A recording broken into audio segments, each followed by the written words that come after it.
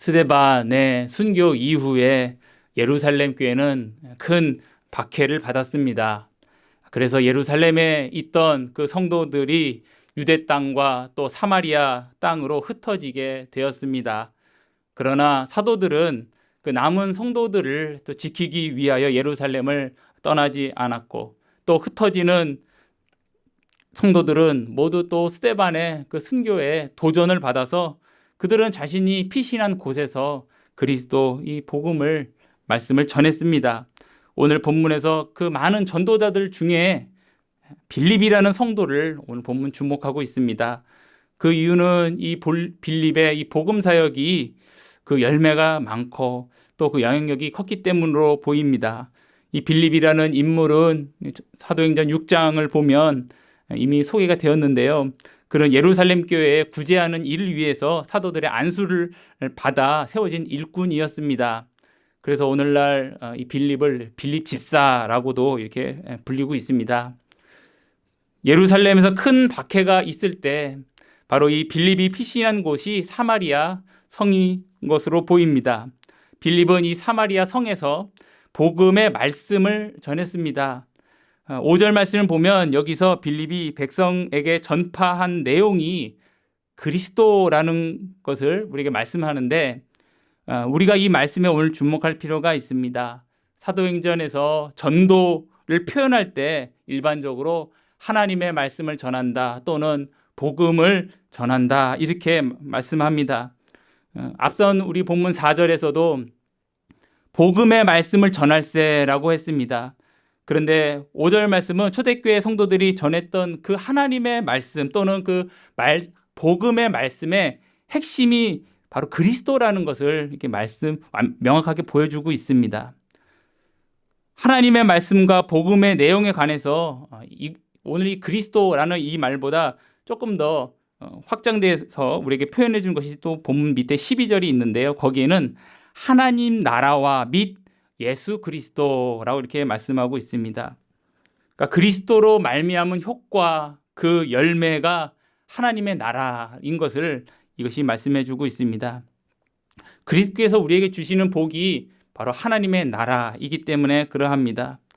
그러므로 하나님의 나라를 전한다고 할 때는 그리스도를 전하지 않을 수가 없고, 또 그리스도를 전하면 또 하나님의 나라를 전하지 않을 수가 없습니다. 그리스도께서 어떻게 우리에게 하나님의 나라를 주십니까? 이것은 그리스도께서 우리에게 값없이 주시는 선물이지만 값없이 이루어진 것은 아닙니다. 그리스도께서 이 땅에 오셔서 우리가 하나님께 실패한 그 말씀에 순종하는 데 실패한 것을 예수님이 다 순종하여 이루어 드리시고, 또 우리가 받아야 될 그 죄의 형벌을 모두 다 십자가에서 죽음으로 받으셨습니다. 그리고 그리스도께서는 부활하시어서 자기가 이루신 모든 것을 하나님 아버지께서 다 기쁘게 받으셨다는 것과, 그리고 그것이 우리를 위한 것인 것을, 그리고 그것을 통하여서 하나님과 이 죄인 우리가 화목을 이루었음을 나타내시고 또 확증하셨습니다. 부활로서 이것이 다 확증되었습니다. 그리고 승천하신 그리스도께서는 우리 개개인에게 자기의 성령을 보내주시어 그리스도로 말미암은 구원이 우리의 것이 되게 해주셨습니다. 이처럼 그리스도의 영이 우리에게 임하면 우리는 거듭나서 하나님의 말씀을 믿는 그 믿음을 얻게 되고, 또 하나님께 그 믿음으로 나아가게 되고, 또 그 믿음으로 하나님 말씀에 순종하고 복종하게 됩니다. 그래서 그 믿음 가운데 우리는 비로소 이제 죄와 싸우고 내 육신과도 싸우고 세상과도 싸우기 시작하고, 그 은혜를 얻기 위하여 이제 그 믿음으로 하나님께 은혜를 구합니다. 이것이 바로 우리 안에 하나님께서 다스리시는 것이고, 이것이 바로 하나님의 나라입니다. 이렇게 하나님의 나라가 우리에게 임하면 우리 안에 왕노릇하던 그 사탄이 쫓겨납니다. 이렇게 그리스도로 말미암아 사탄의 나라가 이제 박살이 납니다. 이것이 복음의 능력이고 하나님의 능력입니다. 이것이 바로 그리스도로부터 우리에게 주어지는 그 나라입니다. 그러므로 우리가 전할 하나님의 말씀 복음은 바로 예수 그리스도입니다.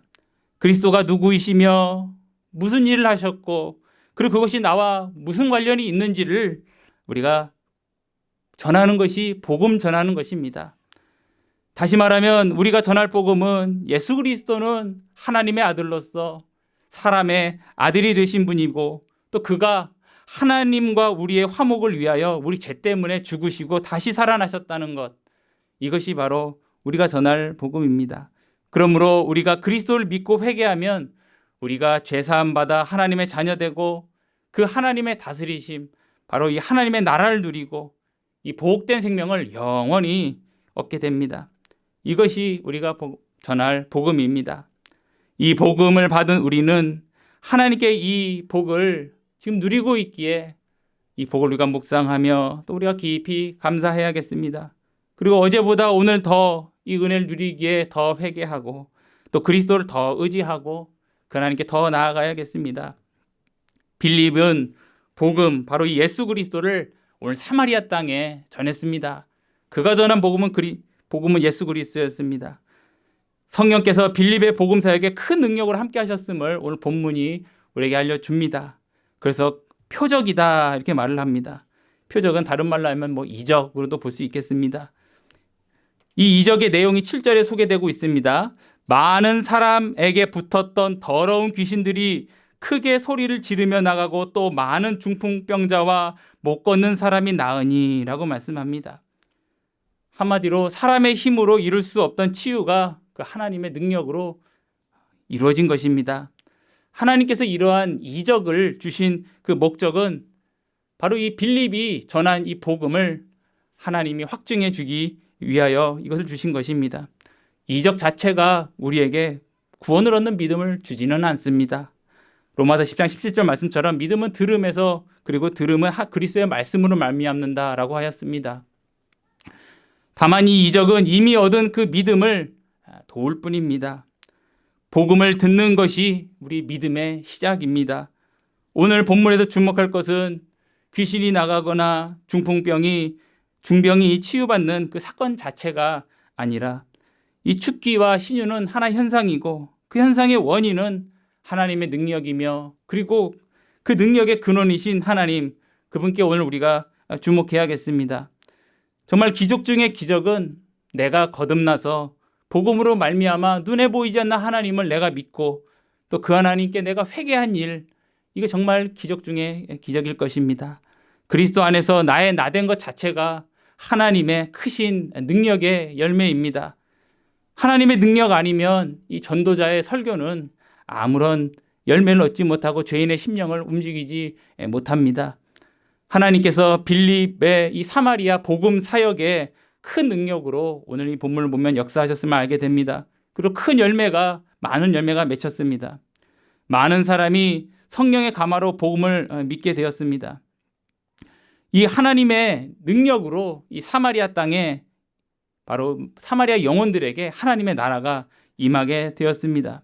그리고 그 하나님의 능력으로 말미암아 귀신들이 소리 지르며 나가고 사탄의 나라가 박살나고, 그리고 하나님의 능력으로 그 하나님의 나라가 임했다는 표징이 이 기적으로서 주어졌습니다.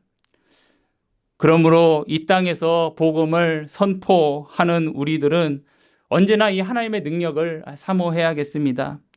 오늘 본문과 같은 어떤 가시적인 표적 자체를 우리가 사모할 수도 있겠지만 오늘 본문이 말하는 본질을 더 사모해야겠습니다. 그것은 바로 교회의 입을 통하여 선포되는 그 말씀에 하나님의 크신 임재가 함께하는 것입니다. 그래서 하나님이 자기 말씀을 우리에게 전하시고 또 그 성령의 감화로서 그 말씀을 달콤하게 우리 영혼이 받아 누리게 해주시고 그 날마다 우리가 하나님께 가까이 나아가며 날로 그 은혜로 우리 영혼이 강건해지도록 우리가 사모해야겠습니다. 인류에 언제나 그 교회의 말씀 사역, 특히 이 목회자들의 말씀 사역을 위해서 우리가 기도해야겠습니다. 그들이 거룩하고 깨끗한 통로가 되도록 우리가 기도해야겠고, 그리고 이 말씀을 듣는 우리의 귀를 또 하나님께서 부드럽게 해주셔서 그 말씀을 믿음으로 받도록 또 우리가 간구해야겠습니다. 또한 우리 개개인, 이 세상에서 우리는 개개인들은 다 하나님의 입이기도 합니다. 우리가 가정에서건 직장에서건 누구에게건 우리는 하나님의 말씀을 전할 수 있고, 그때 우리는 또한 하나님을 의지할 때 그 가운데 열매가 있을 수 있습니다.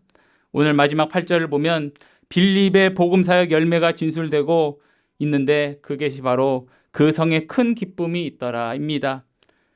이 기쁨의 이유는 좀 복합적일 것입니다. 아마도 이 육신의 질병을 치유받은 기쁨도 포함되었을 것입니다. 그러나 더 근본적인 기쁨을 헤아려 본다면 이것은 바로 믿음으로 인한 기쁨으로 보입니다. 우리가 복음을 믿게 되므로 하나님께서 그리스도 안에서 우리에게 아버지가 되어 주셔서 호의로우시고 자비로우시다는 것을 알게 되면 바로 우리의 마음에는 그 무엇과도 비교할 수 없는 기쁨에 우리는 사로잡히게 됩니다. 우리의 전체가 하나님께 있고 그리고 하나님은 자기 영으로 우리를 다스리시고 우리와 항상 함께 하시고 그러기에 그 하나님의 그 선하신 다스리심이 영원히 함께하기에 성도가 기쁨에 휩싸이게 됩니다. 그래서 예수 믿는 것이 행복한 것이 됩니다. 이 기쁨은 어떤 육신적 조건으로 얻는 기쁨이 아니기에 빌립보서 4장 7절 말씀처럼 모든 지각에 뛰어난 하나님의 평강이 그리스도 예수 안에서 너의 마음과 생각을 지키시리라 라는 말씀과 같이 모든 지각에 뛰어나다는 것은 우리의 인간의 이해를 뛰어넘는다는 것인데 바로 우리가 그리스도 안에서 하나님을 믿음으로 이러한 기쁨을 우리 인간 이해를 뛰어넘어 누리게 됨을 말씀합니다. 우리는 이 복음으로 그리스도 안에서 하나님과 화목되었고 그리고 우리는 하나님의 자녀가 되었습니다. 이 놀라운 은혜를 우리가 지금 그리스도 안에서 누리고 있습니다. 우리가 이 은혜에 감사하고 그리고 우리를 향하여 이 큰 일을 행하신 하나님으로 인하여서 우리 안에 그 기쁨을 계속 간직하며 또 한 주간도 하나님께 찬송 올리며 예배드리는 우리가 되길 바랍니다. 기도하시겠습니다. 거룩하고 자비로우신 하나님 아버지, 하나님께서 우리에게 전도의 말씀, 복음의 말씀을 통하여 그리스도를 전해주시되 단순히 귀를 지나는 말씀이 아니요 하나님의 능력으로서 우리의 심령을 깨트리시고 겸손케 하셔서 그 말씀을 믿어 하나님 앞에 회개하며 주 안에서 거듭나 하나님 예배하는 백성으로 오늘 세워주셨으니 참으로 감사를 드립니다. 너무나 큰 기적 중에 기적이요 은혜 중에 은혜건만 저희들 하나님 이 복음의 큰 은혜, 나의 존재됨, 나의 나된 것의 은혜를 저희들 하나님 이 감격이 식어질 때 많사오니 오늘 날마다 저희들 이 말씀을 대할 때마다 이 크신 은혜 기억하게 하여 주셔서 저희 입술의 찬송, 저희 삶의 하나님께 대한 경외가 또 예배가 항상 이어질 수 있도록 저희를 붙들어 주시고 그 하나님의 알므로 우리의 입술이 하나님의 말씀 복음을 또 우리 초대교회 성도들처럼 우리 주님처럼 그 전도자의 삶을 살아갈 수 있도록 우리를 또한 다스리시고 사용하여 주시옵소서. 감사드리며 살아계신 예수님의 이름으로 기도 올리옵나이다. 아멘.